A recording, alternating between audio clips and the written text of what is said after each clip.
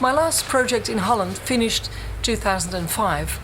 It was a community in an older city in Eindhoven, the southern area of Holland. I did this work with a colleague called Jan-Hein van Melis.